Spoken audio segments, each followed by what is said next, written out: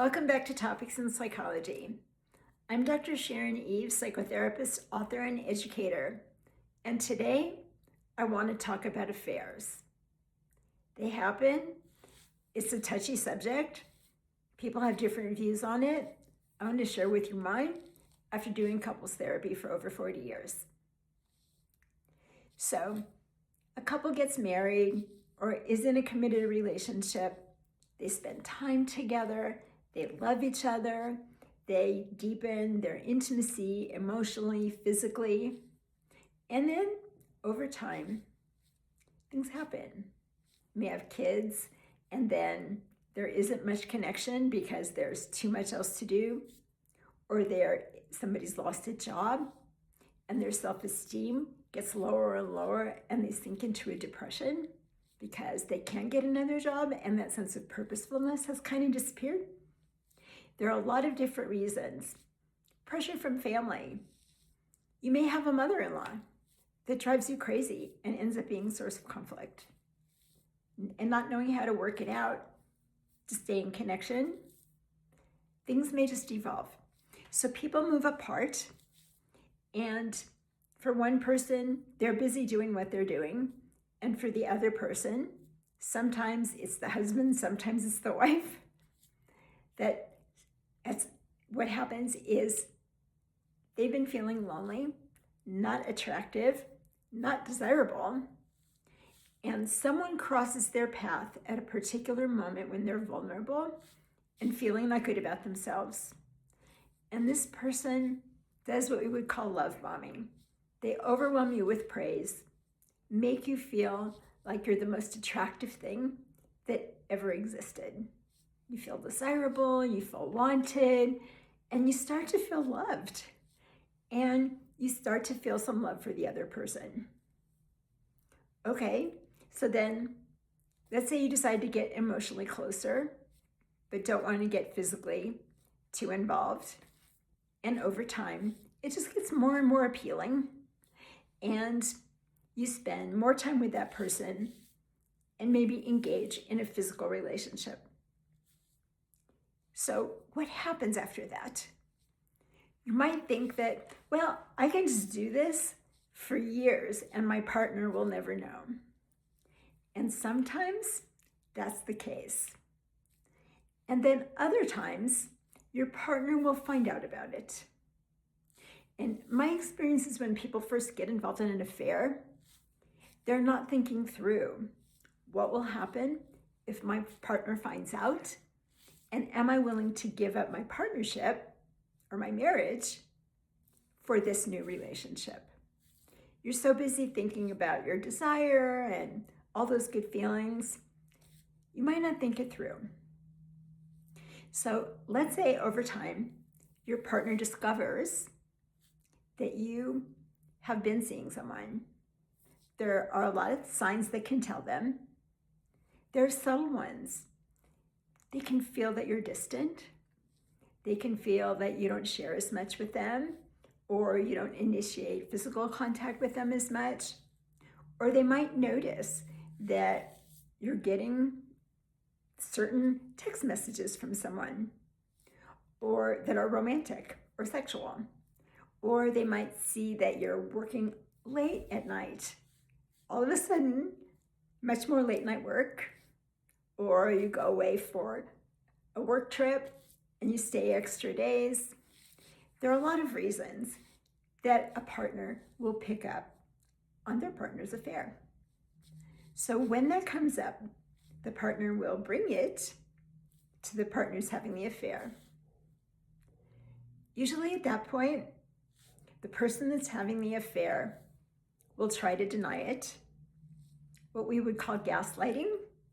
Gaslighting is when you deny somebody's reality and try to make them think that things are different than that, even though they perceive it to be a certain way.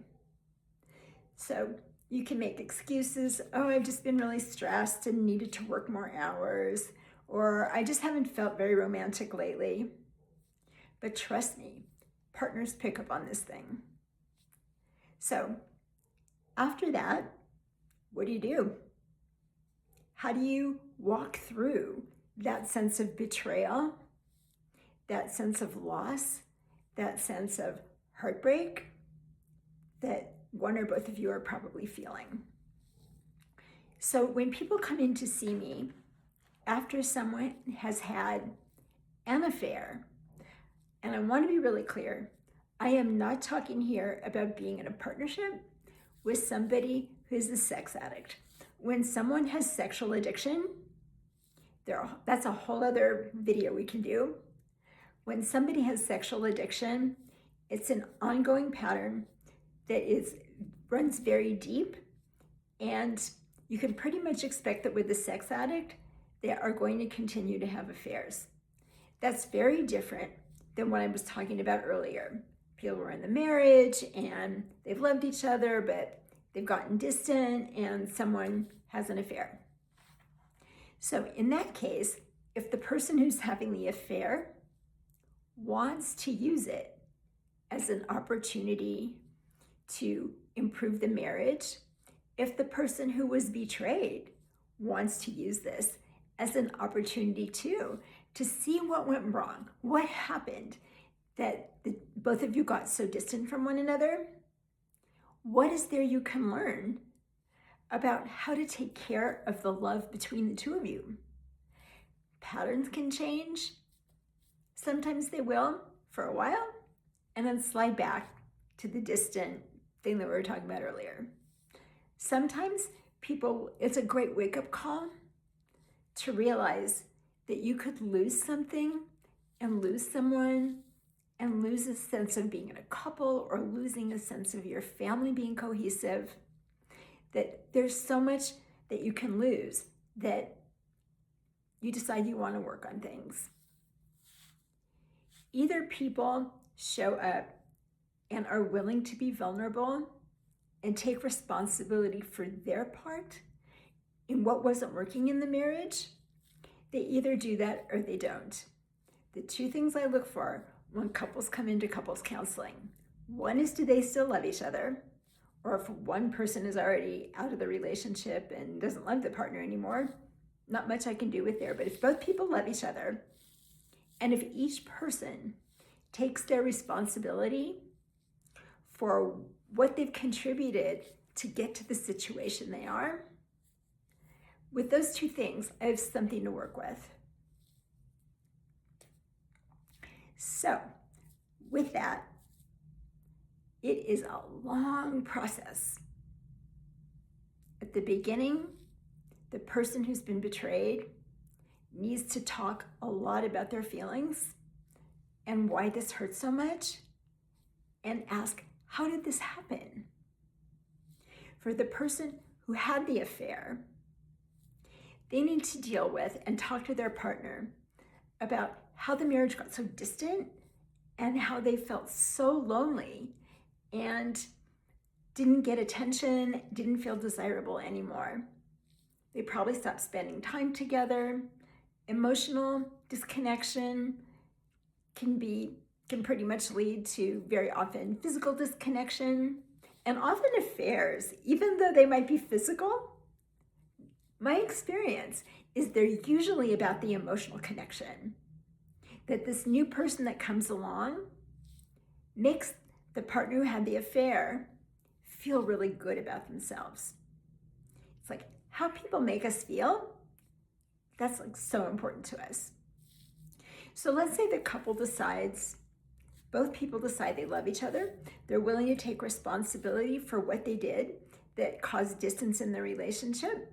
Please notice, in these sessions, I'm not about blaming anybody else. Does that mean people haven't made bad choices? A lot of times people make not very good choices that hurt other people. That's the case, that's not really useful to focus on. Who's bad? Who's the angel? Who's the devil? Who needs to be punished forever? I'd rather look at what each person did that wasn't working and to explore with them what they might want to do to nurture the marriage, to heal the marriage, and to nurture it. Over time, the person who's been betrayed might feel less hurt. It might be less top of mind for them, whereas early on, it's going to be on their mind a lot. And for the person who's had the affair, they need to give their partner some time to share their hurt and time to develop trust again. So that consistent behavior on the part of the person who had the affair is essential for the other partner to start to develop trust, to be open with text messages, open with phone calls, letting them know where you're going, what's going on with you, so they can start to feel safe again. Couples that I know who really love each other and are willing to look at their part in what happened, that people grew distant, they often over time can reestablish an even deeper loving relationship than they had before. Why? Because they're older and wiser, and they realize that we must be mindful to nurture the relationship, because if we're mindless about it and we don't think about it and don't care for each other, it's a setup for a divorce, for an affair. I hope this information is important to you. You may have a difference of opinion. Being cheated on is heartbreaking. Absolutely. If someone cheats on you again and again and again, you really want to think about that. But for some couples, they do it once and it's a wake-up call.